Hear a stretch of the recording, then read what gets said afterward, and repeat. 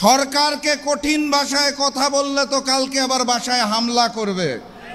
তাহলে সম্মানের সাথে বিনয়ের সাথে বলতে হবে, মাননীয় প্রধানমন্ত্রী, মাননীয় স্বরাষ্ট্রমন্ত্রী। আর আমাকে যারা প্রতিনিয়ত হত্যার হুমকি দিচ্ছেন তাদেরকে স্পষ্ট ভাষায় জানিয়ে দিতে চাই, বাংলাদেশের মানুষের সাথে বেইমানি করে দিল্লির সামনে মাথা নত করে আপনাদের মতো প্রতিদিন ধুকে ধুকে মরব না।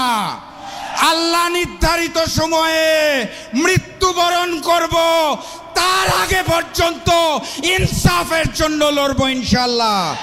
আমাদের দেশের গ্রাম অঞ্চলে এখন গড়ে 12 থেকে 18 ঘন্টা পর্যন্ত বিদ্যুৎ পাওয়া যাচ্ছে না।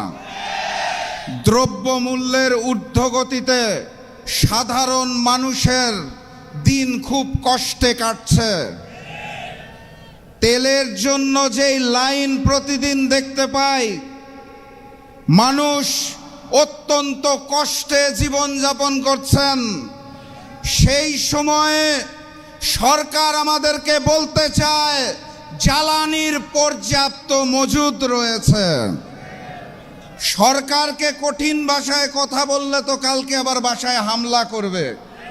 তাহলে সম্মানের সাথে বিনয়ের সাথে বলতে হবে, মাননীয় প্রধানমন্ত্রী, মাননীয় স্বরাষ্ট্রমন্ত্রী, মাননীয় জ্বালানি মন্ত্রী, এতই যদি মজুদ থাকে তাহলে এত বড় লাইন কেন? এই মজুদ কোথায় রেখেছেন? নতুন হাওয়া ভবন কোথায় সৃষ্টি করেছেন? সম্মানের সাথে বলা হয়েছে তো নাকি? আলহামদুলিল্লাহ। আর আজকের এই সমাবেশ থেকে স্পষ্ট ভাষায় জানিয়ে দিতে চাই, গণভোটের জনরায়ের আলোকে ওই জুলাই সনদ এই বিএনপি সরকার বাস্তবায়ন করবে না। অতএব তাদেরকে বাস্তবায়ন করাতে হবে। আর আমাকে যারা প্রতিনিয়ত হত্যার হুমকি দিচ্ছেন তাদেরকে স্পষ্ট ভাষায় জানিয়ে দিতে চাই, বাংলাদেশের মানুষের সাথে বেইমানি করে দিল্লির সামনে মাথা নত করে আপনাদের মতো প্রতিদিন ধুকে ধুকে মরব না। আল্লাহ নির্ধারিত সময়ে মৃত্যুবরণ করব, তার আগে পর্যন্ত ইনসাফের জন্য লড়ব ইনশাআল্লাহ। সবাই লড়াইয়ে প্রস্তুত আছেন? আগামী লড়াইয়ের প্রস্তুতি আছে? ইনকিলাব ইনকিলাব ইনকিলাব ইনকিলাব।